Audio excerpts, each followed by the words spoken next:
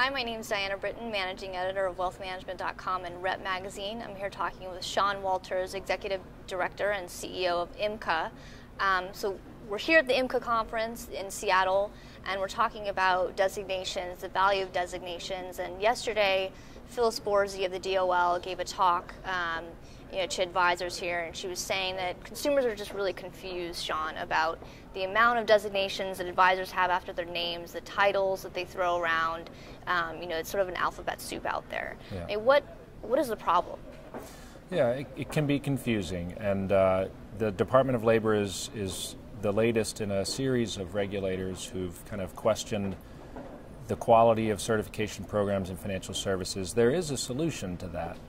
There's two accrediting bodies in the United States. One is the National Commission of Certifying Agencies, NCCA.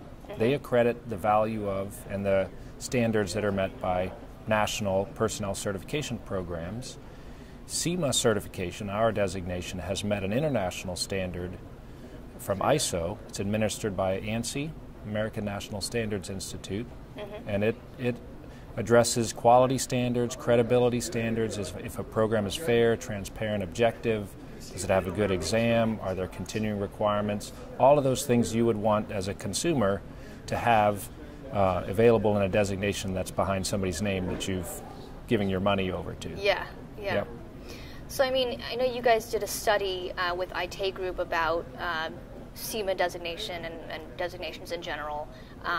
What came out of that? What really is the value of having a designation for an advisor? Yeah, I think any designation gives an advisor more confidence, and that certainly came through the study loud and clear, that advisors who have earned the CIMA certification are more confident in their ability to deliver investment management services on a broad spectrum of investments. They are happier and more satisfied with their career. They tend to make more money. They tend to generate more revenue per client. But I think more than that, it gives them the ability to create more value for their clients. They can manage more of the client assets on a discretionary basis and be able to deliver investment management services that are really geared to drive the client's goals and objectives. And that's what this study found through the results we did. Yeah. I know Sophie also talked a lot about teaming and the value of teaming, and that's a huge trend in the industry right now. Yeah. How does having a designation play into teaming? Yeah, that was another great finding from the study. We've been hearing about teams for a while. One of her conclusions I really liked talked about how firms need to get strategic about how they assemble teams. And she was really referring to the designations that you include on that team.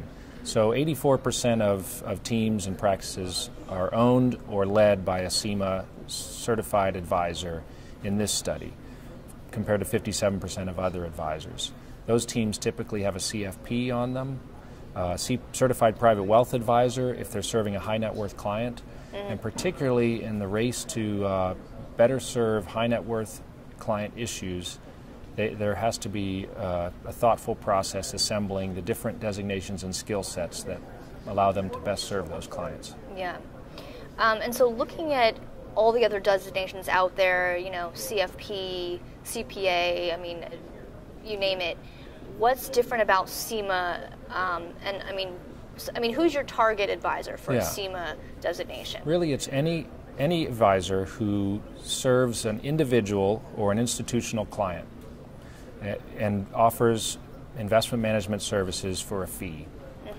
A lot of advisors will offer financial planning services, and they'll focus on the objectives and the plan, and they might outsource those investment management services. That advisor is probably not going to go earn their CIMA. But if they charge a fee and want to earn that fee by doing manager search and selection, building an investment policy statement, and really ultimately managing the portfolio construction process for their client in order to meet their goals, then the CIMA certification's for them. And also, they're more discretionary, right, with client assets. That was one of the findings of the study. There's more, and there's a huge movement to rep as PM. Yeah.